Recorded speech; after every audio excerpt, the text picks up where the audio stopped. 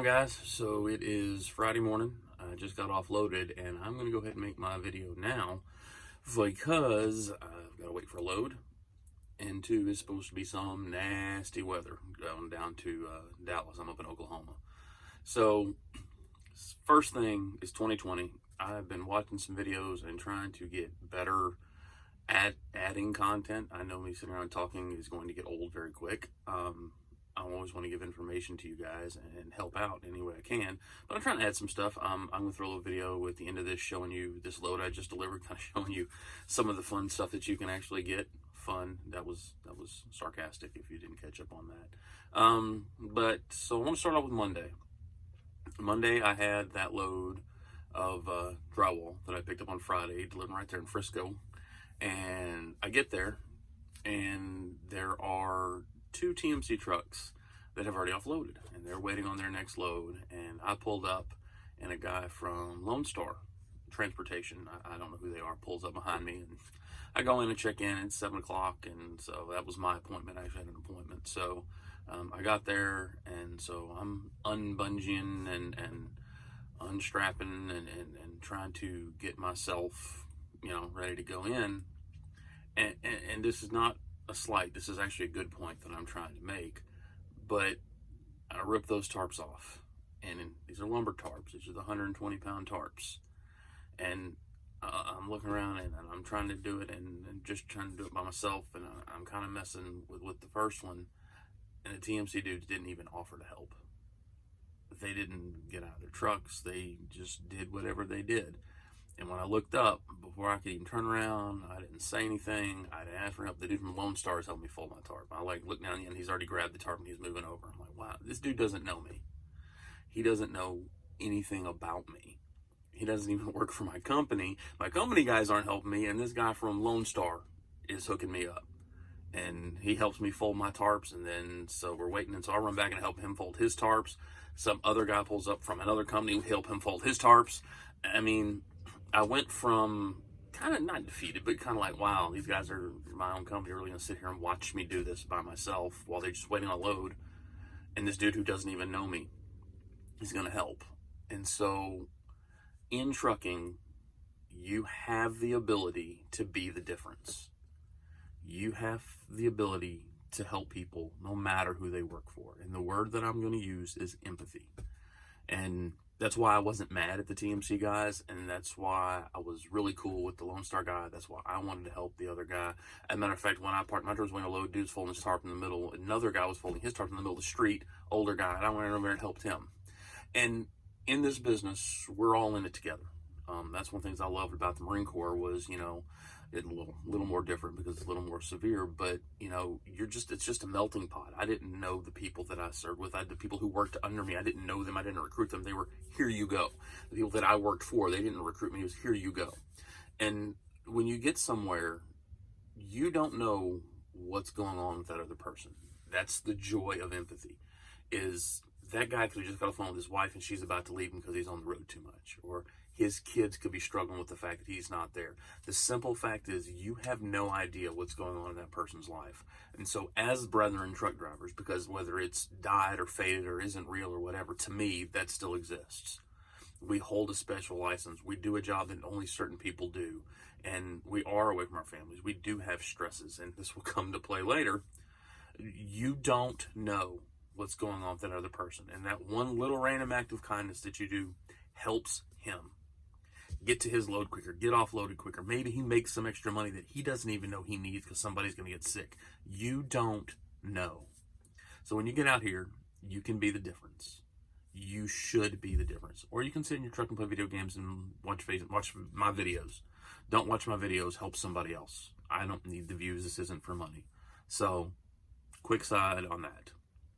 Be the difference. Let's help each other. Let's make trucking brethren. I have my CB. I love my CB. I love talking to the old guys because they have so much information of how it used to be and how it could be, because we don't even do that in life. You're driving, and this is a story that I heard. I didn't come up with this, but you're driving and there's the lane coming in to merge into your lane. Do you speed up because that person's supposed to yield and they'll wait their turn and they need to get behind you? Or do you slow down and let them in and get where you're going one car length late? It's all about empathy. It's all about perspective. So be the difference. So serious side's over. That's done. Sorry about that. That really struck me. So I wanted to talk about it. Got offloaded. Where we're going? We're going to Oklahoma for coiled rod. 10 bundles of coiled rod, and kicking myself in the butt for not taking a picture because it was a cool load and it didn't have to be tarped. So I get there, it's 1 o'clock, is up in Oklahoma, it's 1 o'clock on Monday, and there are 17 TMC trucks there.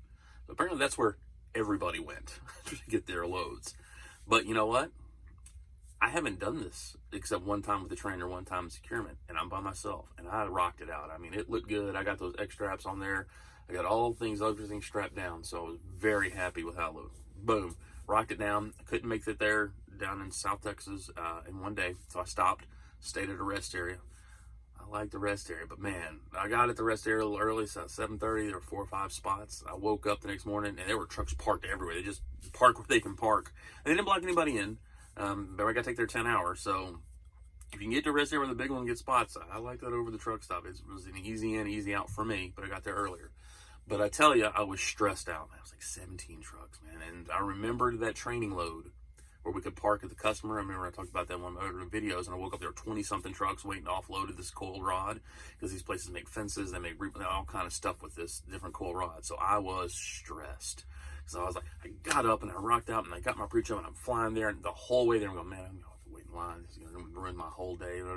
And I pulled up and I was the only truck there. Stressed out for nothing. They were ready for me. I was in and out because it wasn't tarped and never told. I was in and out in 35 minutes.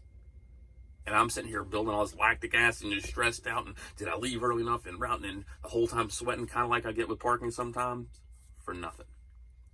The one thing that's predictable about this job is it is unpredictable. And I said, I'm not doing that anymore. I'm not stressing out over this. I get there when I get there. I'm accurate with my loads. I'm accurate with my route planning. I'm accurate with my clock. And if there's 47 trucks or there's 0 trucks, it is what it is. I can't control that. And man, it made this week go a little bit easier. I can tell you that. But I got offloaded. I'm reloading 40 miles away. This is the load I think I talked about on Instagram. Wallboard going up to Kansas City. I like Kansas City. So I went all the way up. And I actually almost had to slow down. The customer, they said, hey, they only deliver by appointment. They only deliver between 6 and noon. It's very busy Kansas City. This is downtown, Kansas City. So it's going to be a slow day. You're not going to get there till Thursday morning, 7 o'clock.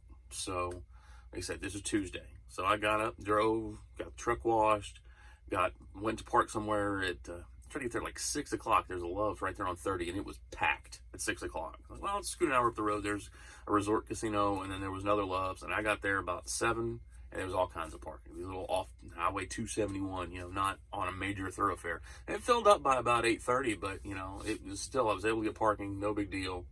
Next day, I woke up, I only had 7 hours to drive.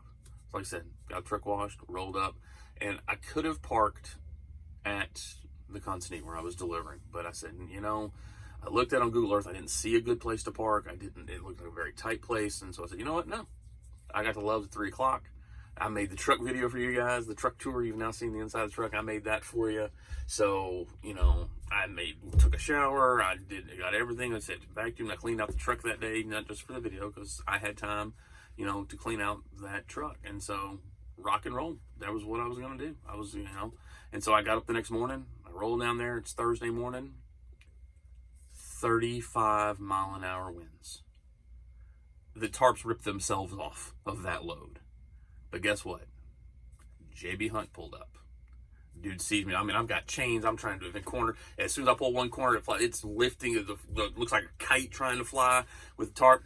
Dude runs out, says, dude, I know that sucks. I didn't even tell him to tarp my load because I knew I wouldn't be able to get it untarped.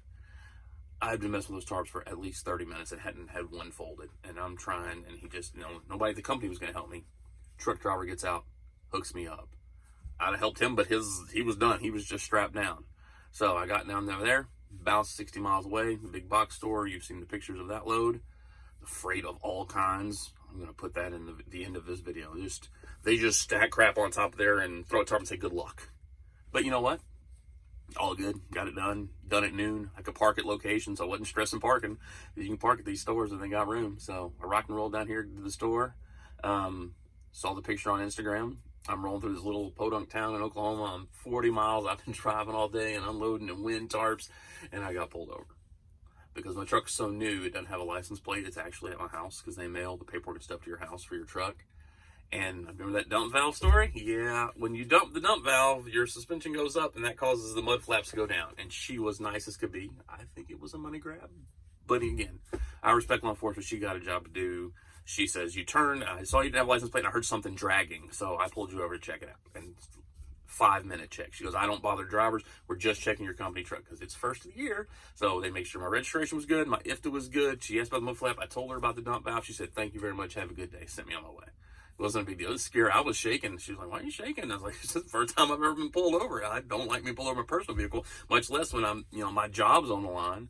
And so I got down here last night. Like I said, I got up this morning, first truck here because I parked up, unstrapped, untarped, rolled out, and we're heading somewhere else. So to be continued. It was a good week.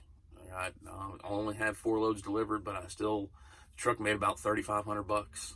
Plus I'll be set up for whatever I could just go get. So I actually just got my load. So I'll throw a little video. I'll probably throw some pictures. Lord, I was sorry about that if you saw that.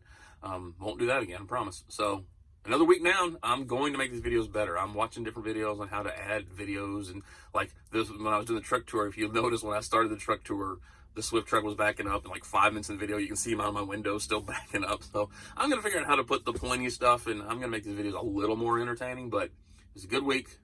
We're going home. We're going to dodge this weather, man. So I'm not nervous about the weather. It's just I'm going to probably unload and whatever in the rain and make sure my tarps are good. And it adds a level of stress. I'm going to be driving, and they're talking about hail and tornadoes and thunderstorms. So wish me luck. We're going home, guys. Another good week. We'll see you next week. God bless. Let's get rolling. This is a freight of all kinds load.